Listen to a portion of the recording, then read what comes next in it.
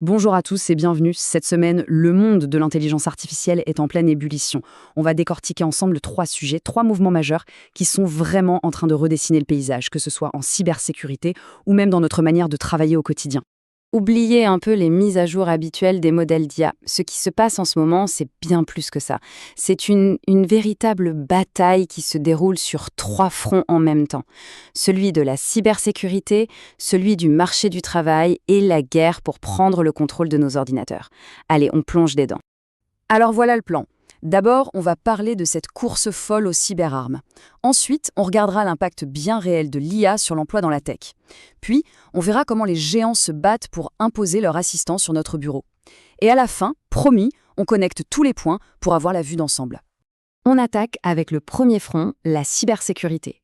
Là, on a deux poids lourds, OpenAI et Anthropic, qui viennent de sortir l'artillerie lourde. Des outils d'une puissance assez inédite. Mais ce qui est fascinant, c'est que leur manière de les mettre sur le marché est complètement à l'opposé l'une de l'autre. Et c'est là qu'on voit deux philosophies s'affronter. D'un côté, on a OpenAI, avec son GPT 5.4 CyberNFT, qui joue la carte de l'ouverture, un accès large à des milliers de professionnels vérifiés. Et de l'autre, Anthropic, avec son modèle Mythos, qui la joue beaucoup plus discrète, en mode club privé, avec juste une poignée de partenaires de confiance. C'est vraiment deux visions, deux paris sur l'avenir. Et quand on parle de puissance, c'est pas une blague. Le modèle d'OpenAI, par exemple, il peut faire ce qu'on appelle de l'ingénierie inverse. En gros, il est capable de décortiquer un logiciel pour trouver ses failles, mais sans même avoir accès au code source.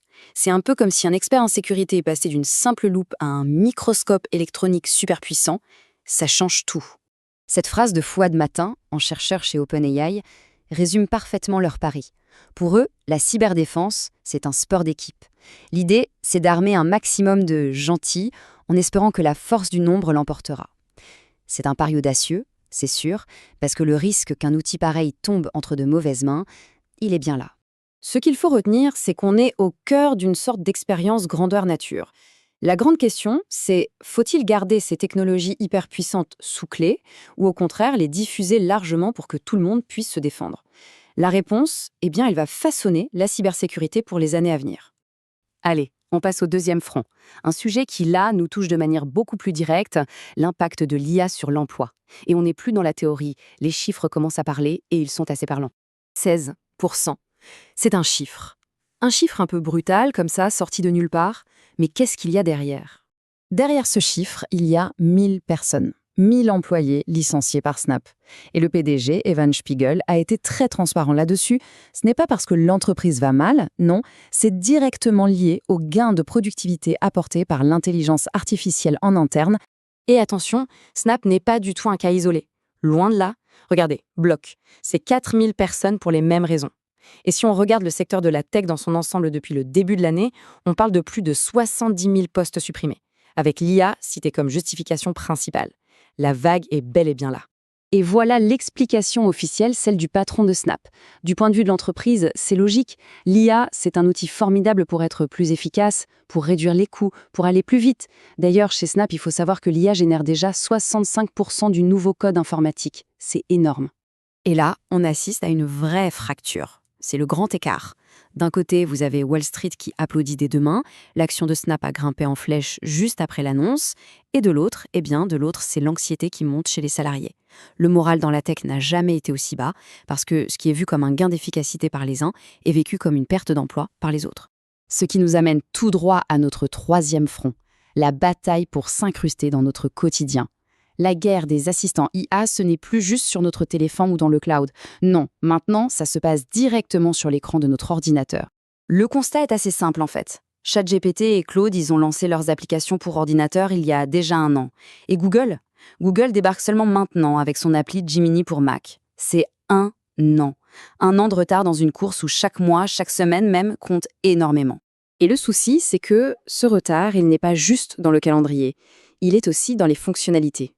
La grosse pièce manquante pour Gemini, c'est ce qu'on appelle les capacités d'agent, c'est-à-dire la capacité de l'IA à faire des choses pour nous, toute seule, sur notre machine. Et ça, ses concurrents savent déjà le faire. Bon, Attention, Google ne débarque pas non plus les mains dans les poches. L'appli Gemini, on peut l'appeler d'un simple raccourci clavier, elle peut voir ce qu'il y a à l'écran pour nous aider, elle se connecte à nos fichiers Drive, à nos photos, et bien sûr, elle peut générer du contenu. Sa vraie force, c'est son intégration parfaite avec tout l'écosystème Google. L'enjeu de tout ça, c'est ce qu'on pourrait appeler la mémoire musculaire, l'entreprise qui réussira à faire de son assistant un réflexe, l'outil qu'on lance sans même y penser, c'est elle qui gagnera la partie. Google a du retard, c'est un fait, mais avec sa force de frappe, on peut se dire que le match est encore loin d'être plié. Bon, maintenant qu'on a vu ces 3 fronts, on va prendre un peu de recul et essayer de voir comment tout ça s'emboîte. Parce que ces 3 histoires, qui ont l'air un peu séparées, nous racontent en fait une seule et même grande histoire, celle de l'IA aujourd'hui. Alors comment est-ce que tout ça se connecte ? Eh bien, la course aux cyberarmes, c'est l'image de la compétition stratégique au plus haut niveau. Les licenciements, c'est la conséquence directe, sociale, parfois brutale de cette course. Et la guerre des assistants, c'est la bataille finale pour s'imposer, pour devenir indispensable dans notre quotidien. Finalement, tout ça nous ramène à une seule et grande question. Toutes ces avancées technologiques nous poussent vers un nouveau futur, c'est certain. Mais quel futur ? Est-ce que ce sera un avenir où l'IA augmente nos capacités, nous rend meilleurs, ou un avenir où finalement elle nous remplace ? La réponse, elle est en train de s'écrire là, maintenant, sur ces 3 fronts qu'on vient d'explorer ensemble.